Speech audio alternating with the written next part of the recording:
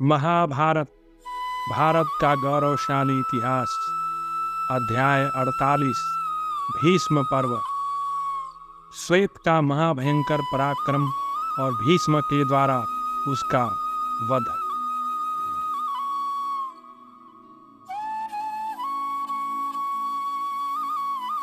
जिसको दुर्योधन बहुत बड़ा तोप समझता था, जैसे बहली, कृतवर्मा, शल्य, जलसंध, विकर्ण, चित्रसेन और विवंसती, इन सब ने शीघ्रता करते हुए चारों ओर से भीष्म जी को घेर लिया और श्वेत के ऊपर भयंकर शस्त्र वर्षा करने लगे। अब सोचिए, यहाँ पर एक बालक अकेला लड़ रहा है और युद्ध का नियम क्या बना था? सोचिए, लोग कहता है कि भीष्म जी के सेनापतित्व काल में धर्म के अनुसार युद्ध हुआ है, लेकिन मैं तो कहूंगा बिल्कुल अधर्म से युद्ध लड़ा गया है। भीष्म के सेनापतित्व में पहले दिन ही एक बालक से बड़े बड़े दिग्गज कौरवों के उसे घेर कर मारने के लिए ये सारे बहली, कृतवर्मा, शल्य, जलसंध, विकर्ण, चित्रसेन, विवंसती, दुर्योधन, दुशासन, ये सारे मिल गए उस एक बालक को मारने के लिए। सोचिए कितना अधर्म पूर्वक युद्ध लड़ा गया है भीष्म के सेनापतित्व में, और भीष्म को बहुत बड़ा धर्मज्ञ कहा जाता है। मैं तो यही कहूंगा, भीष्म एक बहुत बड़े कायर थे और उन्होंने अपनी कायरता दिखा दी। क्या भीष्म जब ये सब लड़ने आ रहे थे तो भीष्म बोल नहीं सकते थे कि रुक जाओ, मुझे युद्ध करने दो? भले ही इसने मेरा ध्वजा काट दिया, मेरी धनुष काट दी, लेकिन मेरे पास अभी बहुत सारे अस्त्र शस्त्र है जिससे मैं युद्ध कर सकता हूँ। लेकिन भीष्म ने उन लोगों को नहीं रोका, उन लोगों को पापाचार करने दिया और एक बालक को घेर के मारने की साजिश हुई। आगे देखते हैं क्या होता है।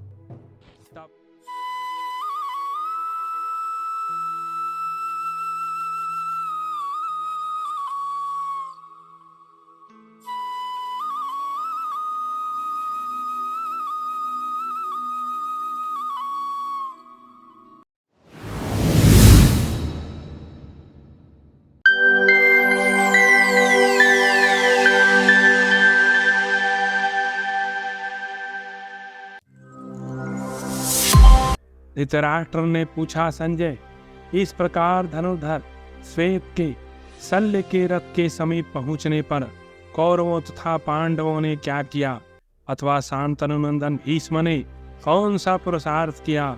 मेरे पूछने के अनुसार ये सब मुझे कहो। तब संजय ने कहा, महाराज धृतराष्ट्र, पांडव पक्ष के लाखों क्षत्रिय शिरोमणि, महारथी विराट, सेनापति सूरवीर श्वेत को आगे करके अपने पुत्र दुर्योधन को अपना बल दिखाते हुए शिखंडी को सामने रखकर भीष्म के स्वर्ण भूषित रथ पर चढ़ाए। भारत, वे महारथी श्वेत की रक्षा करना चाहते थे, इसलिए उसे मारने की इच्छा वाले योद्धाओं में श्रेष्ठ भीष्म पर उन्होंने धावा किया। उस समय बड़ा भयंकर युद्ध छिड़ गया। उस युद्ध में शांतनु नंदन भीष्म ने बहुत से रथों की बैठकों को रथियों से शून्य कर दिया। वहां उन्होंने अत्यंत अद्भुत कार्य किया। अपने बाणों द्वारा बहुत से श्रेष्ठ रथियों को बहुत पीड़ा दी। वे सूर्य के समान तेजस्वी थे। उन्होंने अपने सहायकों द्वारा सूर्य देव को भी आच्छादित कर दिया। जैसे सूर्य उदित होकर अंधकार को नष्ट कर देते हैं, उसी प्रकार वे सब और समरभूमि में शत्रु सेनाओं का संहार कर रहे थे। राजन, उनके द्वारा चलाए हुए महान वेग और बल से संपन्न था क्षत्रियों का विनाश करने वाले लाखों बलवानों ने रणभूमि में सैकड़ों श्रेष्ठ वीरों के मस्तक काट गिराए। उन बाणों ने वज्र के मारे हुए पर्वतों की भांति कांटेदार कवचों से सुसज्जित हाथियों को भी धराशायी कर दिया। प्रजानाथ, उस समय रथों से सटे हुए दिखाई देते थे।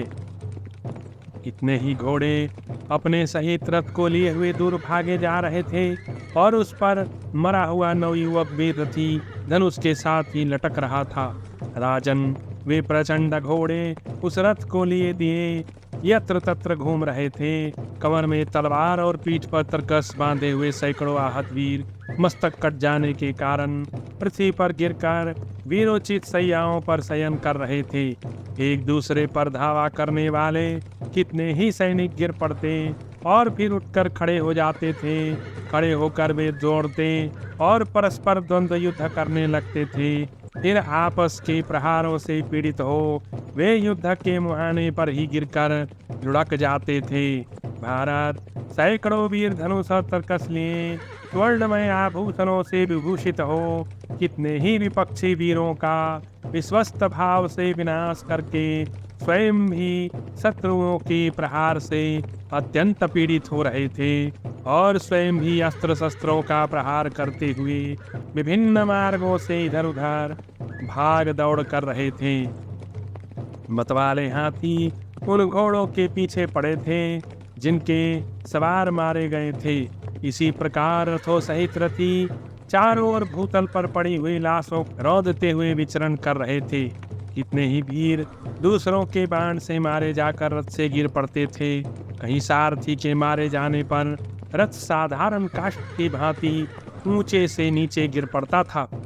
उस संग्राम में इतनी धूल उड़ी कि कुछ सूझ ही नहीं पड़ता था। केवल धनुष की टंकार से ही यह जाना जाता था कि प्रतिद्वंदी युद्ध कर रहा है। कितने ही योद्धा दूसरे योद्धाओं के शरीर का स्पर्श करके ही यह समझ पाते थे कि यह शत्रु दल का है।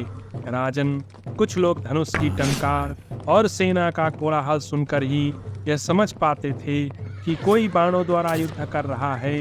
योद्धा एक दूसरे के प्रति जो वीरोचित गर्जना करते थे वह भी उस समय अच्छी तरह सुनाई नहीं देता था।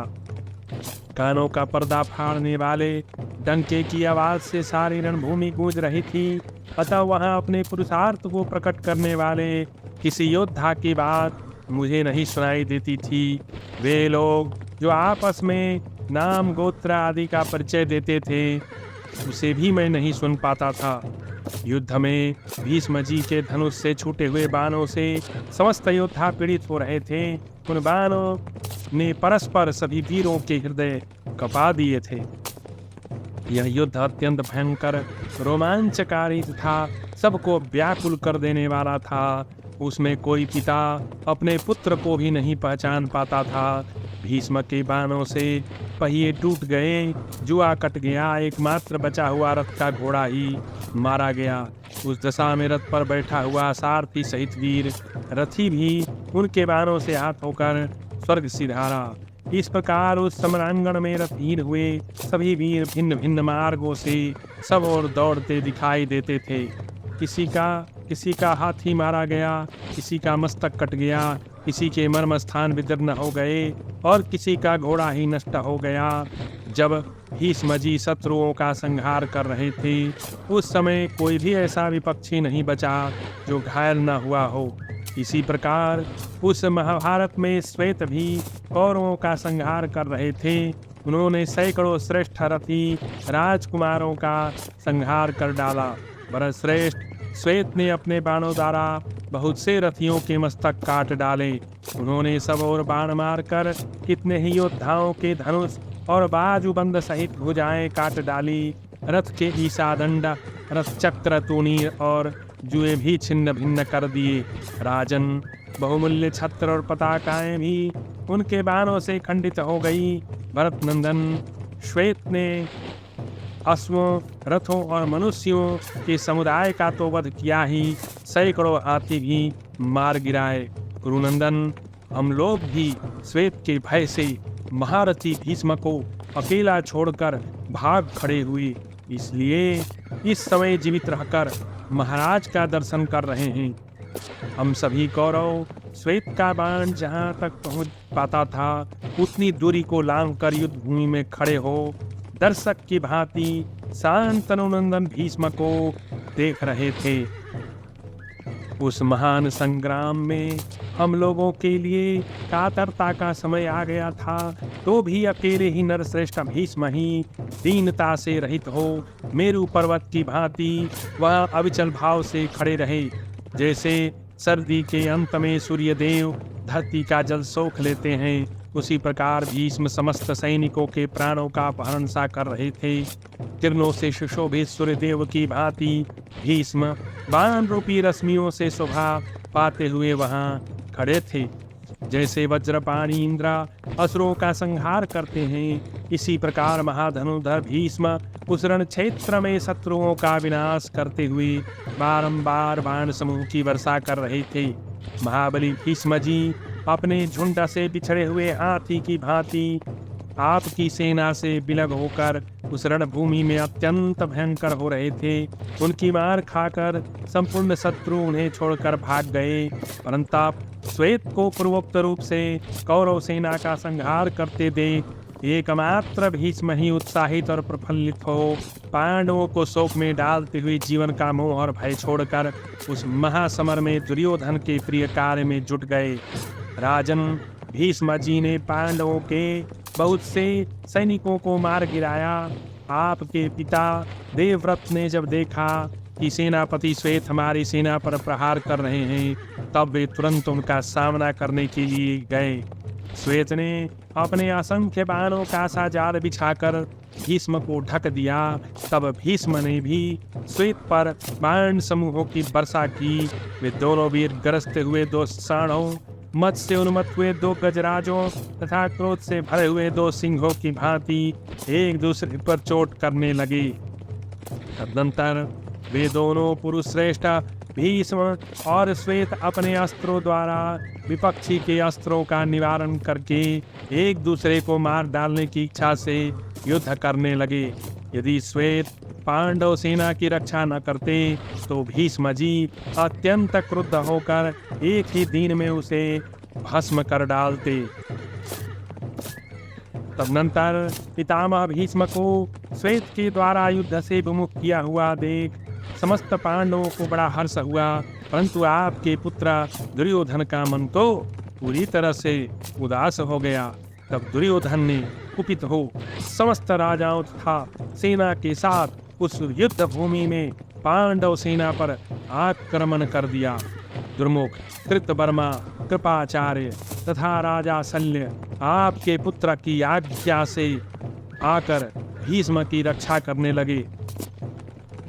अब हम यहाँ देख रहे हैं कि किस तरह से युद्ध चल रहा है। जब उत्तर मारा गया शल्य के द्वारा, तो जब उत्तर के भाई श्वेत ने देखा कि मेरा प्रिय भ्राता मारा गया, तो वह क्रोध में आग बबूला होकर पूरी तरह से कौरव सेना पर टूट पड़ा और उसने बड़े बड़े वीर दुर्मुख, कृतवर्मा, कृपाचार्य और अश्वत्थामा ऐसे बड़े बड़े वीर उसके साथ लड़ने के लिए आगे आए, परंतु कुछ ही देर में वे सब मैदान छोड़कर भाग गए। उनकी दुर्दशा कर दी श्वेत ने। कुछ ही क्षणों में श्वेत ने दुर्मुख, कृतवर्मा, कृपाचार्य, दुर्योधन, दुशासन, ये बड़े बड़े जो वीर थे, जो बड़े तीन हाका करते थे, इन लोगों को श्वेत ने अकेले ही मैदान से मारकर खदेड़ दिया। ये भाग गए और वहां तक भागे जहां तक श्वेत के धनुष से निकले हुए बाण ना पहुंच पाए, उतनी दूर वे भागकर खड़े हो गए। तब अंत में भीष्म पितामह जो है लड़ने के लिए आए और भीष्म पितामह ने अपनी पूरी शक्ति से श्वेत के सैनिकों को मारना आरंभ किया। श्वेत ने भीष्म की सेना के ऊपर जो है आक्रमण किया और उनको पूरी तरह से ध्वस्त कर दिया। अंत में जो भीष्म पितामह है, उनकी भी श्वेत ने दुर्दशा कर दी। यह देखकर दुर्योधन बिल्कुल गुस्से में आग बबूला और कुपित हो गया और उसके बाद उसने दुर्मुख, कृतवर्मा, कृपाचार्य, राजा शल्य इन सबों को आज्ञा दी। क्या आज्ञा दी? कि तुम सब लोग मिलकर जो है श्वेत के साथ युद्ध करो। अब आगे देखते हैं क्या होने वाला है। दुर्योधन आदि सब राजाओं के द्वारा पांडव सेना को युद्ध में मारी जाती देख श्वेत ने गंगा पुत्र भीष्म को छोड़कर आपके पुत्र की सेना का उसी प्रकार वेग पूर्वक विनाश आरंभ किया जैसे आंधी अपनी शक्ति से वृक्षों को उखाड़ फेंकती है। अब श्वेत यहाँ पर भीष्म को छोड़कर जो सो कॉल्ड बड़े बड़े दुर्मुख, कृतवर्मा, कृपाचार्य, शल्य आदि जो भीष्म की रक्षा में आगे बढ़े थे, भीष्म को छोड़ के विराट पुत्र श्वेत ने अब इन लोगों पर जो है अपना आक्रमण प्रारंभ किया। राजन विराट पुत्र श्वेत उस समय क्रोध से मूर्छित हो रहे थे। वे आपकी सेना को दूर भगाकर फिर सहसा वहीं आ पहुंचे जहां भीष्म खड़े थे। महाराज, वे दोनों महाबली महामनावीर बाणों से उद्विग्न हो एक दूसरे को मार डालने की इच्छा से समीप आकर वृत्रासुर और इंद्र के समान युद्ध करने लगे। श्वेत ने धनुष खींचकर 7 बाणों द्वारा भीष्म को बेध डाला। तब पराक्रमी भीष्म ने श्वेत के उस पराक्रम को स्वयं पराक्रम करके वेग पूर्वक रोक दिया, मानो किसी मतवारे हाथी ने दूसरे मतवारे हाथी को रोक दिया हो। तदनंतर श्वेत ने पुनः झुकी हुई गांठ वाले 25 बाणों से शांतनु भीष्म को बीध डाला। वह एक अद्भुत सी घटना हुई। तब शांतनु भीष्म ने भी 10 बाण मारकर बदला चुकाया। उनके द्वारा घायल किए जाने पर भी बलवान श्वेत विचलित नहीं हुआ। वह पर्वत की भांति अविचल भाव से खड़ा रहा। तदनंतर क्षत्रिय कुल को आनंदित करने वाले विराट कुमार श्वेत ने युद्ध में स्थित हो धनुष को जोर जोर से खींचकर भीष्म पर पुनः बाणों द्वारा प्रहार किया। इसके बाद उन्होंने हंसकर अपने मुंह के दोनों कानों को चाटते हुए 9 बाण मारकर भीष्म के धनुष के 10 टुकड़े कर दिए। अब देखिए, भीष्म का धनुष यहाँ पर श्वेत ने काट डाला। फिर शिखायुक्त पंखयुक्त बाण का संधान करके उसके द्वारा महात्मा भीष्म के ताल चिन्ह युक्त ध्वजा का ऊपरी भाग भी काट डाला। रथ में ध्वजा होता है, उसकी बड़ी महिमा होती है। पहले तो श्वेत ने भीष्म को मारकर जर्जर किया, उनके सारे बाणों को विफल कर दिया। उसके बाद उसने भीष्म जी के धनुष को 10 टुकड़े में काट डाला। उसके बाद जिसकी महिमा होती है पताका की, उस रथ में लगे हुए पताका को काटकर गिरा दिया। पताका मतलब झंडा, झंडा को काटकर गिरा दिया। भीष्म के हज को नीचे देख आपके पुत्र ने उन्हें श्वेत के वश में पड़कर मरा हुआ माना। और तब दुर्योधन सोचने लगा कि आज तो भीष्म जी टपक गए, आज तो भीष्म जी गए, क्योंकि उनका सबसे पहले तो सारे उनके बाणों को श्वेत ने विफल कर दिया। उसके पश्चात श्वेत ने उनके धनुष को 10 टुकड़े में खंडित कर दिया, फिर उनके ध्वजा को काट दिया। इस तरह से बिल्कुल शस्त्रहीन हो गए, भीष्म शस्त्रहीन हो गए, बिल्कुल शस्त्रहीन हो गए। यह देखकर दुर्योधन का मनोबल टूट गया और वह ऐसा मानने लगा कि आज भीष्म जी मारे जाएंगे। महात्मा भीष्म के ताल ध्वज को पृथ्वी पर पड़ा देख पांडव लोग हर्ष से उल्लसित हो प्रसन्नता पूर्वक शंख बजाने लगे। तब दुर्योधन ने क्रोध पूर्वक अपनी सेना को आदेश दिया, वीरों, सावधान होकर सब ओर से भीष्म की रक्षा करते हुए उन्हें घेर कर खड़े हो जाओ। कहीं ऐसा ना हो कि हमारे देखते देखते श्वेत के हाथों मारे जाएं। मैं तुम लोगों को सत्य कहता हूँ, शांतनु भीष्म महान शूरवीर है। राजा दुर्योधन की यह बात सुनकर सब महारथी बड़ी उतावली के साथ वहां आए और चतुरंगिणी सेना द्वारा गंगानंदन भीष्म की रक्षा करने लगे। भारत, अब कौन कौन से वीर आए सोचिए। भीष्म जो इतने बड़े तोप समझे जाते थे, उसको एक बालक श्वेत ने किस तरह से युद्ध में परास्त कर दिया। बिल्कुल उनके प्राण संकट में पड़ गए। उन्होंने शल्य को तो बचा लिया, भीष्म ने शल्य को तो बचा लिया, लेकिन अब उनके खुद प्राण संकट में पड़ गए। उनकी ध्वजा कट गई, उनकी रथ कट गई, उनके धनुष को भी उसने काट डाला। तो अब दुर्योधन को चिंता हुई कि कहीं भीष्म मारे गए तो मैं तो युद्ध ऐसे ही हार जाऊंगा, मेरा मोरल हार हो जाएगा, क्योंकि पहले ही दिन मेरा सेनापति ही मारा जाएगा। उसको यह भय सताने लगा। तब उसने अपने सेना के बड़े बड़े दिग्गज, जिसको दुर्योधन बहुत बड़ा तोप समझता था, जैसे बहली, कृतवर्मा, शल्य, जलसंध, विकर्ण, चित्रसेन और विवंशति, इन सब ने शीघ्रता करते हुए चारों ओर से भीष्म जी को घेर लिया और श्वेत के ऊपर भयंकर शस्त्र वर्षा करने लगे। अब सोचिए, यहाँ पर एक बालक अकेला लड़ रहा है और युद्ध का नियम क्या बना था सोचिए।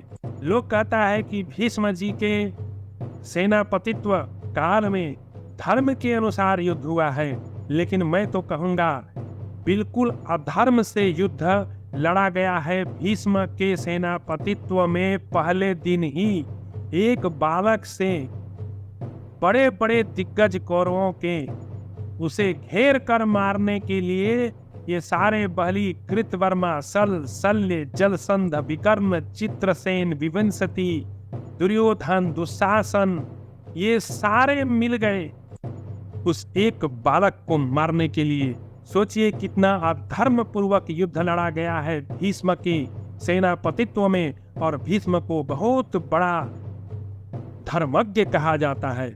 मैं तो यही कहूंगा, भीष्म एक बहुत बड़े कायर थे और उन्होंने अपनी कायरता दिखा दी। क्या भीष्म जब ये सब लड़ने आ रहे थे तो भीष्म बोल नहीं सकते थे कि रुक जाओ, मुझे युद्ध करने दो? भले ही इसने मेरा ध्वजा काट दिया, मेरी धनुष काट दी, लेकिन मेरे पास अभी बहुत सारे अस्त्र शस्त्र है जिससे मैं युद्ध कर सकता हूँ। लेकिन भीष्म ने उन लोगों को नहीं रोका, उन लोगों को पापाचार करने दिया और एक बालक को घेर के मारने की साजिश हुई। आगे देखते हैं क्या होता है। तब अपरिमित आत्मबल से संपन्न महारथी श्वेत ने अपने हाथों की फुर्ती दिखाते हुए बड़ी उतावली के साथ क्रोधपूर्वक पहने बाणों द्वारा उन सब को रोका। फिर भी देखिए श्वेत कितना बड़ा वीर है, वो मैदान छोड़कर भागा नहीं। वह तो अपने सर पर जो है कफन बांध के आया था और उसने अपनी मृत्यु को पहले ही गले लगा लिया था। उसका प्रण था, मर जाऊंगा लेकिन मैदान छोड़कर नहीं भागूंगा, और यही क्षत्रिय का धर्म है। अब सोचिए, बॉर्डर पर कोई सैनिक लड़ रहा है और वह इस डर से बॉर्डर छोड़कर भाग जाए कि मैं मारा जाने वाला हूं, तो ये बहुत बड़ा कायरता का एक जीता जागता उदाहरण होगा। तो क्षत्रिय मर जाता है, कट जाता है, लेकिन युद्ध छोड़कर भागता नहीं। यही एक असली क्षत्रिय की पहचान होती है और इस श्वेत में हमें देखने को मिलता है। मैंने तो महाभारत के सीरियल में बहुत बड़े वीरों का नाम सुना, लेकिन एक श्वेत इतना बड़ा वीर था, इस बात को महाभारत के सीरियल में छिपाया गया, किसी ने बताया नहीं। वहां पे सिर्फ पांडव को दिखाया गया या जयद्रथ को दिखाया गया या धृष्टद्युम्न को दिखाया गया, लेकिन श्वेत इतना बड़ा वीर था, इस बात को छिपाया गया। लेकिन आज मैं इस मीडिया के माध्यम से बताना चाहता हूं कि पांडव सेना में एक ऐसा वीर था जिसने द्रोणाचार्य, कृपाचार्य, दुर्योधन, दुशासन, बहलीक और जो भी बड़े बड़े कौरव सेना के सो कॉल्ड कहे जाने वाले तोप थे, उन सब के छक्के छुड़ा दिए। और उस वीर का नाम था विराट पुत्र श्वेत, जो उत्तर का भाई था। अब आगे देखते हैं। राजेंद्र तब शांतनु नंदन भीष्म ने दूसरा धनुष लेकर युद्ध स्थल में कंकपत्र युक्त पैने बाणों द्वारा श्वेत को घायल कर दिया। राजन तब सेनापति श्वेत ने कुपित हो उस समर भूमि में बहुत से लौहमय बाणों द्वारा सब लोगों को देखते देखते भीष्म को छत विछत कर दिया। श्वेत ने फिर से भीष्म पर बहुत जोरदार जो है आक्रमण किया और इस बार फिर उसने उनकी प्राण जो है संकट में उसने डाल दिया। श्वेत ने संपूर्ण विश्व के विख्यात वीर सो कॉल्ड तो भीष्म को युद्ध में आगे बढ़ने से रोक दिया। यह देखकर राजा दुर्योधन के मन में बड़ी व्यथा हुई। साथ ही आपकी सेना में सब लोगों पर महान भय छा गया। अब दुर्योधन बिल्कुल हताश हो गया, क्योंकि भीष्म भी अपने कदम पीछे कर लिए। मतलब इस श्वेत नामक वीर की जितनी भी प्रशंसा की जाए उतनी ही कम है। गजब का ये क्षत्रिय वीर था, जिसने बड़े बड़े कौरव दिग्गजों के दांत खट्टे कर दिए, उनके छक्के छुड़ा दिए। भीष्म जैसे दिग्गज, तोप दिग्गज कहे जाने वाले भीष्म को भी उसने पीछे हटने पर मजबूर कर दिया। श्वेत ने वीरवर भीष्म को कुंठित कर दिया और उनका शरीर बाणों से छत विछत हो गया। यह देखकर सब लोग मानने लगे कि भीष्म जी श्वेत के वश में पड़ गए हैं और अब उन्हीं के हाथ से मारे जाएंगे। तब आपके पिता देवव्रत भीष्म अपने ध्वज को टूटा देखकर और सेना को निवारित की हुई देखकर क्रोध के अधीन हो गए। महाराज, उन्होंने श्वेत पर बहुत से बाणों की वर्षा की, परंतु रथियों में श्रेष्ठ श्वेत ने रणक्षेत्र में उन सब सहायकों का निवारण करके पुनः एक भल्ल के द्वारा आपके पिता भीष्म का धनुष काट दिया। राजन, यह देख गंगानंदन भीष्म ने क्रोध से मूर्छित हो उस धनुष को फेंककर दूसरा अत्यंत प्रबल एवं विशाल धनुष ले लिया और उसके ऊपर पत्थर पर रगड़कर तेज किए हुए 7 विशाल भल्लों का संधान किया। उनमें से 4 भल्लों के द्वारा उन्होंने सेनापति श्वेत के 4 घोड़ों को मार डाला। अब देखिए, यहाँ पर भीष्म जी बिल्कुल नीति के साथ युद्ध करना शुरू किए। पहले तो उन्होंने श्वेत को एक मामूली दूध पीने वाला बच्चा समझा, लेकिन वे गलत साबित हुए। अब भीष्म यहाँ पर नीति के द्वारा युद्ध कर रहे हैं। उन्होंने सबसे पहले श्वेत के 4 घोड़ों को मार डाला, 2 से उसका ध्वज काट दिया और अपनी फुर्ती का परिचय देते हुए 7वें भल्ल के द्वारा क्रोधपूर्वक उनके सारथी का सिर उड़ा दिया। तो मतलब एक तरह से अब श्वेत की पराजय होने वाली है, क्योंकि उसका रथ का घोड़ा मारा गया, उसकी ध्वजा कट गई, उसके सारथी को मार दिया। सारथी को मारना भी एक षड्यंत्र है, क्योंकि सारथी तो रथ चलाता है, सारथी तो कोई युद्ध भी नहीं करता। तो एक तरह से भीष्म के द्वारा यह निंदनीय कर्म किया गया, क्योंकि श्वेत ने भीष्म के सारथी को नहीं मारा, उनके लगे हुए रथ में पताका को काटा, उनके धनुष को काटा, लेकिन उसने नीति के अनुसार सारथी पर एक भी वार नहीं किया। परंतु जब भीष्म पितामह ने देखा कि अब तो मेरी हार होने वाली है और सारी दुनिया में मेरी हंसी उड़ने वाली है, तब उन्होंने यहाँ पर षड्यंत्र करते हुए श्वेत के सारथी को मार दिया। तो यह निंदनीय है। घोड़े और सारथी के मारे जाने पर महाबली श्वेत उस रथ से कूद पड़े और अमरस के वशीभूत होकर व्याकुल हो उठे। अब श्वेत तो बेचारा अकेला हो गया, उसका रथ चला गया, सारथी चला गया, ध्वजा चला गया। तो उसका एक तरह से रथ जो है प्राणहीन हो गया, तो वह अपने रथ से कूद पड़ा। रथियों में श्रेष्ठ श्वेत को रथहीन हुआ देख पितामह भीष्म ने चारों ओर से पैने बाणों द्वारा उन्हें पीड़ा देना प्रारंभ की। उस समरभूमि में भीष्म जी के धनुष से छूटे हुए बाणों द्वारा पीड़ित होने पर भी श्वेत ने धनुष को रथ पर ही छोड़कर स्वर्णमयी शक्ति हाथ में ले ली। अब देखिए, यहाँ भी भीष्म के द्वारा जो एक्शन किया गया वह पूरी तरह से निंदनीय और अधर्म युक्त है, क्योंकि जब श्वेत अपने रथ से उतर गया तो नियम क्या बना था? रथी रथ वाले से लड़ेगा, पैदल सैनिक पैदल वाले से लड़ेगा, हाथी वाला हाथी वाले से लड़ेगा। लेकिन यहाँ पर सो कॉल्ड तोप समझे जाने वाले भीष्म पितामह क्या कर रहे हैं? जब श्वेत अपने रथ से उतर गया तो भीष्म को उसके ऊपर बाण चलाना बंद कर देना चाहिए था।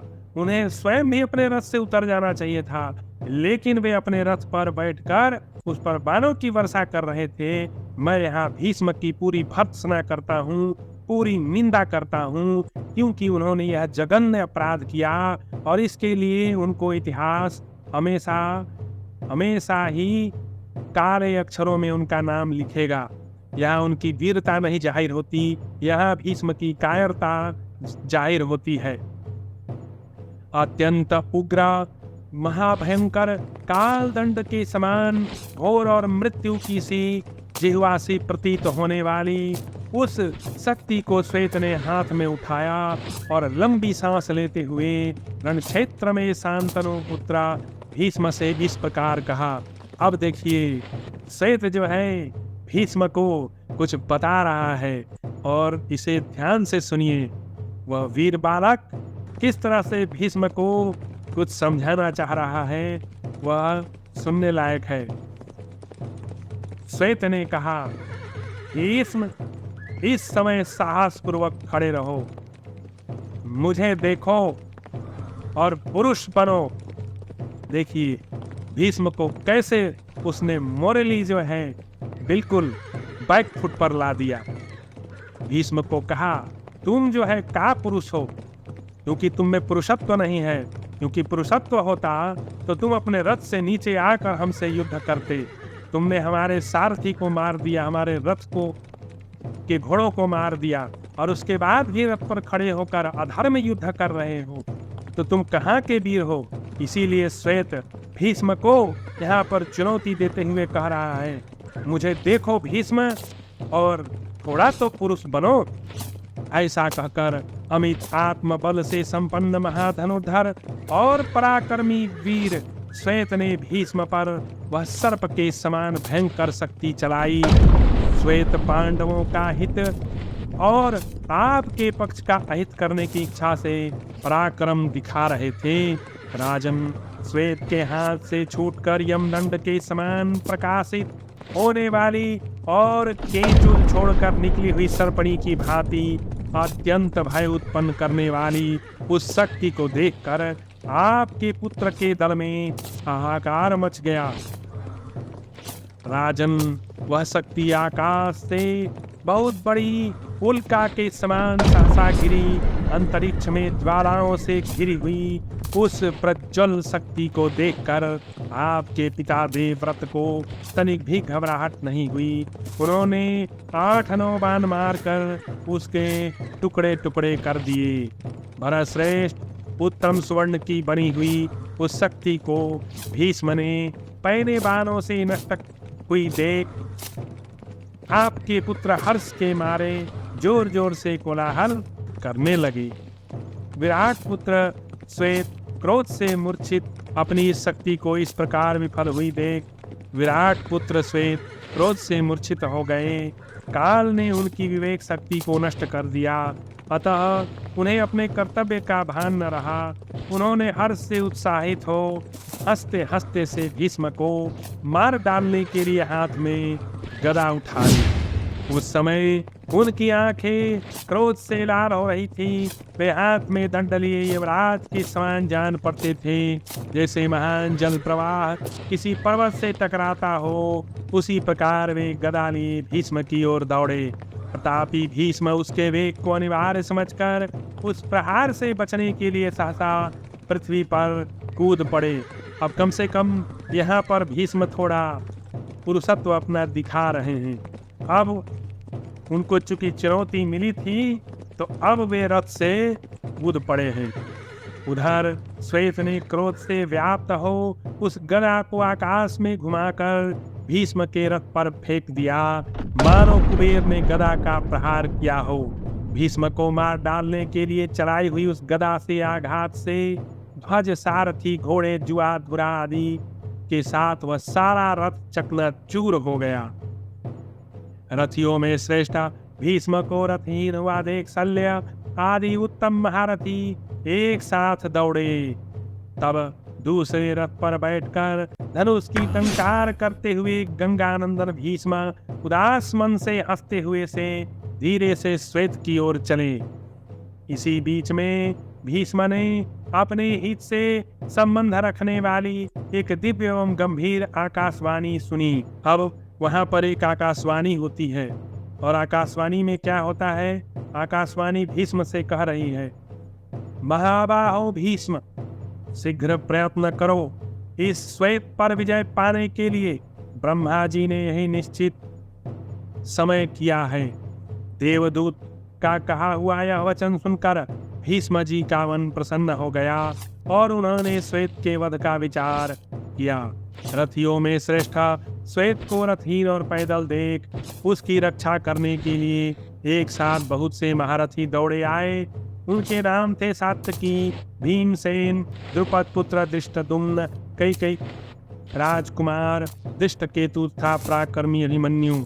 इन सब को आते देख अमेय शक्ति संपन्न भीष्म जी ने द्रोणाचार्य, शल्य तथा कृपाचार्य के साथ जाकर उनकी गति रोक दी, मानो किसी पर्वत ने जल के प्रवाह को अवरुद्ध कर दिया हो। समस्त महामना पांडवों के अवरुद्ध हो जाने पर श्वेत ने तलवार खींचकर भीष्म का धनुष काट दिया। उस कटे हुए धनुष को फेंककर पितामह भीष्म ने देवदूत के कथन पर ध्यान देकर तुरंत ही श्वेत के वध का निश्चय किया। तदनंतर आपके पिता महारथी देवव्रत ने तुरंत ही दूसरा धनुष लेकर वहां विचरण करते हुए ही क्षण भर में उस पर प्रत्यंचा चढ़ा दी। वह इंद्र धनुष के समान प्रकाशित हो रहा था। भरतश्रेष्ठ, आपके पिता गंगानंदन भीष्म ने नरश्रेष्ठ भीमसेन आदि महारथियों से घिरे हुए सेनापति श्वेत को देखकर उन पर धावा किया।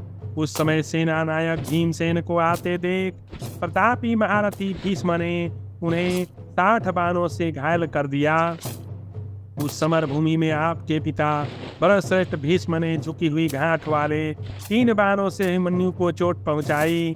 भरतवंशियों के उन पितामह ने युद्ध स्थल में 100 बाणों से सात्यकी को, 20 सहायकों द्वारा दृष्टद्युम्न को और 5 बाणों से कैकेयी राजकुमार को छत विछत कर दिया। इस प्रकार आपके पिता भीष्म ने अपने भयंकर बाणों द्वारा उन संपूर्ण महाधनुर्धरों को जहाँ के तहाँ रोककर पुनः श्वेत पर ही आक्रमण किया। तदनंतर महाबली भीष्म ने धनुष को खींचकर उसके ऊपर एक मृत्यु के समान भयंकर भारी से भारी लक्ष्य को भेदने में समर्थ उत्तम और दुसह पंख युक्त बाण रखा। फिर उसे ब्रह्मास्त्र द्वारा अभिमंत्रित करके छोड़ दिया।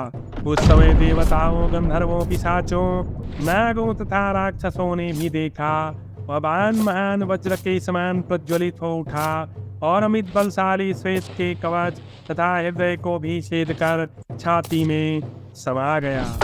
जैसे डूबता हुआ सूर्य अपनी प्रभा लेकर शीघ्र अस्त हो जाए, उसी प्रकार वह बाण श्वेत के शरीर से उसके प्राण लेकर चला गया। तो यहाँ पर हम देखते हैं कि भीष्म उसको साधारण युद्ध में नहीं हरा सके, और चूंकि किसी देवदूत ने भीष्म को यह आज्ञा दे दी कि अब जो है तुम श्वेत का वध करो, तो भीष्म ने ब्रह्मास्त्र निकाल लिया, तो मतलब यह भी निंदनीय ही कहा जाएगा, क्योंकि भीष्म ने दिव्यास्त्र का प्रयोग करके श्वेत को मारने में सफल हुए। वे अपने युद्ध कौशल के द्वारा श्वेत को नहीं हरा सके, यही सच्चाई है। उन्होंने दिव्यास्त्र का प्रयोग करके श्वेत को मारा, जो बिल्कुल निंदनीय था, बिल्कुल अधर्म युक्त था। पता नहीं लोग भीष्म को इतना बहुत बड़ा धर्म के रक्षक क्यों कहते हैं, ये मुझे समझ नहीं आता। क्योंकि सच्चाई तो भाई इतिहास में होती है, और महाभारत से उत्तम इतिहास क्या हो सकता है। और महाभारत चीख चीख कर कह रहा है कि भीष्म ने बहुत ही निंदनीय और अधर्म पूर्वक युद्ध लड़ा, परंतु यह किसी देवदूत का आकाशवाणी हुआ, और उस आकाशवाणी को मानने के लिए भीष्म बाध्य थे। इसलिए उन्हें ब्रह्मास्त्र का प्रयोग करके श्वेत को मारा, परंतु श्वेत को भीष्म पितामह अपने युद्ध कौशल और युद्ध कला से नहीं हरा सके। इसलिए यह सिद्ध हुआ कि श्वेत भीष्म से बड़ा वीर था। ब्रह्मास्त्र श्वेत के पास भी होता तो वह भी भीष्म को मार सकता था, लेकिन उसके पास ब्रह्मास्त्र नहीं था, उसके पास युद्ध कौशल था, और युद्ध कौशल में श्वेत भीष्म से बड़ा वीर था। यह बात वेद व्यास ने अपनी कलम से लिखा है, कहीं कुछ भी छुपाया नहीं है, सच बिल्कुल जग जाहिर है।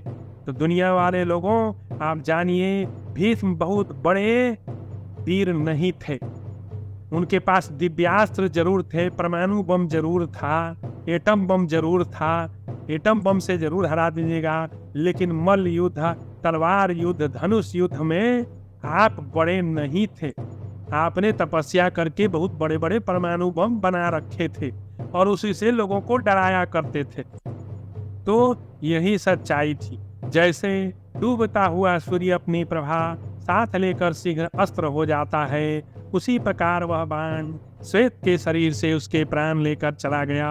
भीष्म के द्वारा मारे गए नरश्रेष्ठ श्वेत को युद्ध स्थल में हमने देखा, वह टूटकर गिरे हुए पर्वत के समान जान पड़ता था।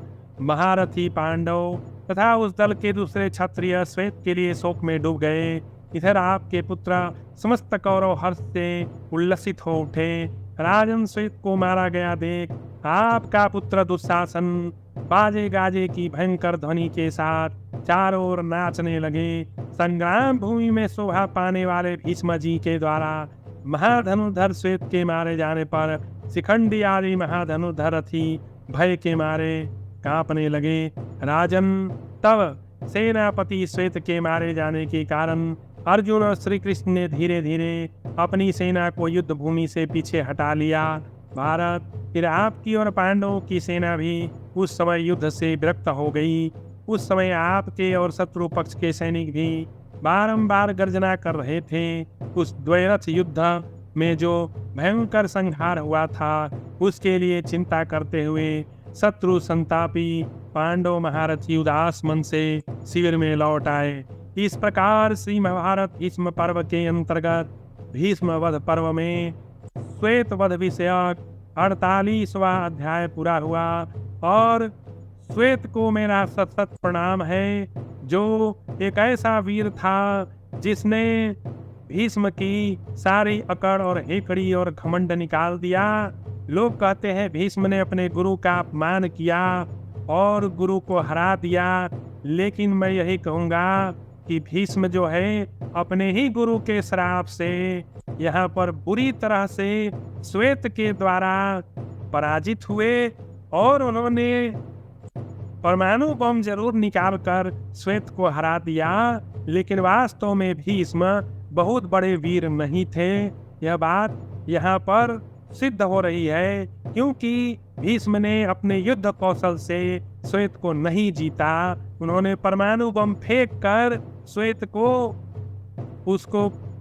को मारा, परंतु भीष्म कभी भी श्वेत से युद्ध कौशल में आगे नहीं थे।